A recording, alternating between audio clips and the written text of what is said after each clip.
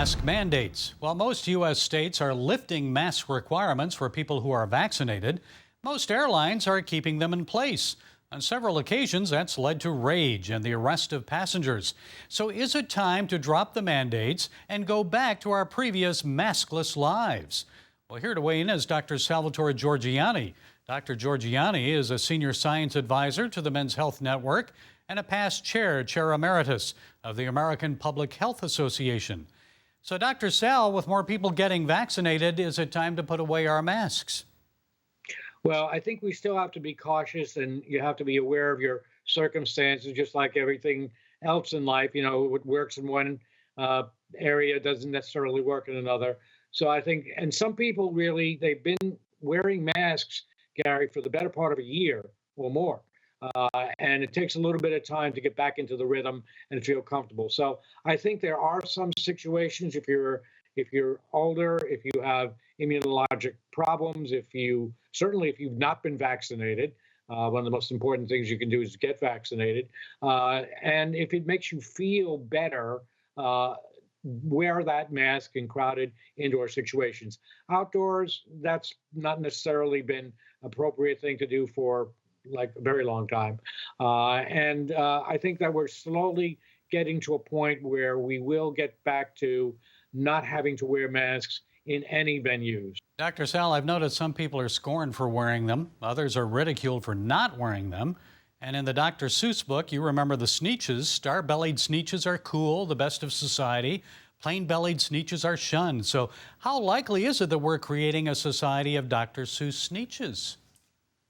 Yeah, I think that is one of the terrible liabilities we see here, not only with mask wearing, Gary, but also with having been vaccinated. That one of the things that we enjoy in the United States is our personal freedoms. That has to be protected.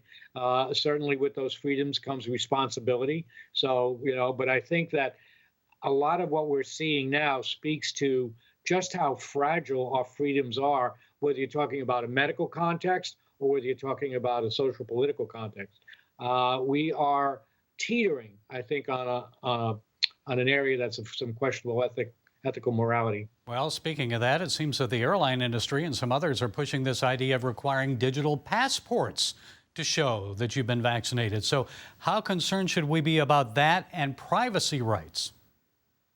Well, I think that they are trying to strike a balance between how to keep their personnel, their employees safe, keep the traveling public safe, and also move in and out of different countries. Don't forget, it's not just about traveling within the United States, about traveling internationally as well.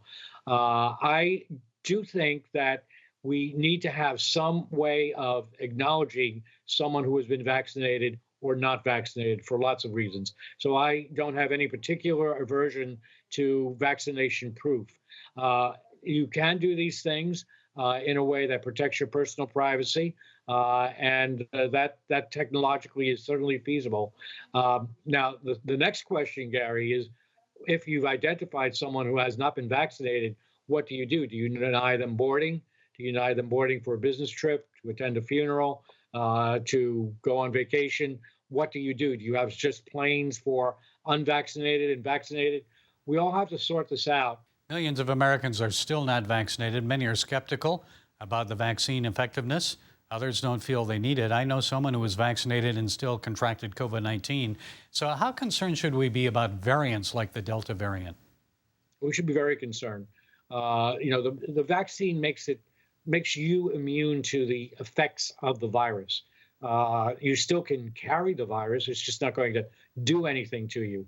We also believe that there is good data to strongly suggest that if you're vaccinated, it's much harder for you to transmit the virus to another individual, but you can. And also we have to keep in mind that as wonderful as these vaccines are, especially the Pfizer, Moderna, J&J vaccines, they protect you to the point of 90 to 95, not 100%. And then with the Delta variant that we're seeing now, and maybe others to come, that drops down to maybe 88%. So it's very hard to know, Gary, if you're in that 90, 88, 90, 95%, or if you're in that other minority who still will get it and still get sick. It's all a matter of degrees. It's not an on or off switch. Okay, Dr. Salvatore Giorgianni, thank you for sharing your time and scientific expertise with us today. My pleasure. Thank you for having us on.